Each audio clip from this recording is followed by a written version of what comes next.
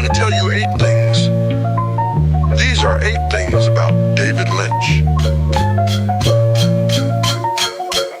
In the late 1980s, Blue Velvet existed in my mind before my mind was able to process most of what was happening on the television screen. I knew that it made me feel off, that it threw me into a strange state, that I could perceive the plastic-wrapped thin barrier between the suburban world that its Jeffrey inhabited and the dirt and sperm of the world in which its Dorothy suffered.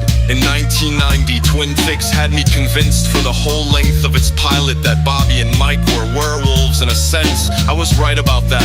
In a sense, the characters that stepped out of the shadows in Lynch's mind and lens in that first hour or so, also traveling to us via Mark Frost's key taps, were all weird creatures, all capable of releasing a more horrible double into a world that was just cut off enough from the light that darkness bled through the fabric between night and illumination. Fire Walk With Me, 1992, drowned my understanding of all that had come before, all the Lynch leading up to it, like an ancient book full of marginalia it kept delivering.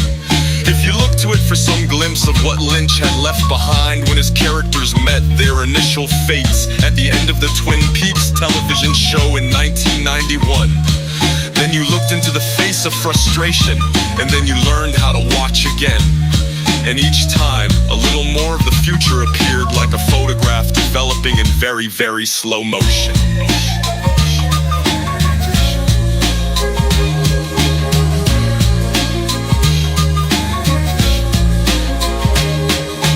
Eraserhead crawled into me sometime in the 1990s, long after its birth in '77. It taught me to listen to the pipes. It taught us to live under the harsh white light and react in only the smallest ways to the blood sliding out of the cavity on the plate before us. It taught us to look inside the pipes for the singer down there standing in her spotlight amid the soot and horror up above. Was a lamp you could never get to fill the whole room, really. Its light just ended, and the corners were inkwells and the walls slowly filled up with long division. It was a mirror of the nightmare you had at 7, when the shape you saw while sleeping seemed too familiar to be a random blip in the neurons. Lost Highway conceded back in 1997 that wherever you happened to find yourself, you were indeed standing among monsters, and they could see you right inside your home. The great rhyme in Lynch's language turned out to be Mulholland Drive, in which the doubling was doubled and the sun came out, but what it did to the world was worse than the darkness. And just behind a dumpster there waited a face, and that face was everything you knew was wrong but thought would get better.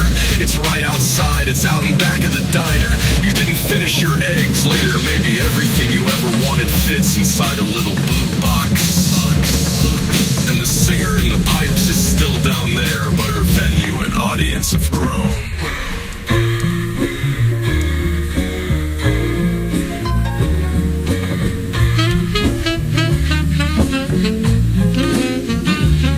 The Inland Empire made it cold. It froze you in Prague. It put the ice water flat behind every door. It freed its rabbits inside the wolf's den. It offered reunions and gave you a song and dance that blurred the lines between the universes on the map. Twin Peaks, the return offered one last lesson. It sent you home with a note. When you walked in the old front door and stood at the foot of the old main stairs in the fan world, then you opened that note and the note said, "You cannot come back here." And it was right, but we didn't believe it at first. We didn't realize we were someplace else, and that the river had moved all lower and the pulse was new and different. And its best friend brought the workboat named Heart Attack, left us asleep on a wet street, realizing that we would, like we always must, return over and over and over again, despite knowing what it says. I love David Lynch. Now it's dark.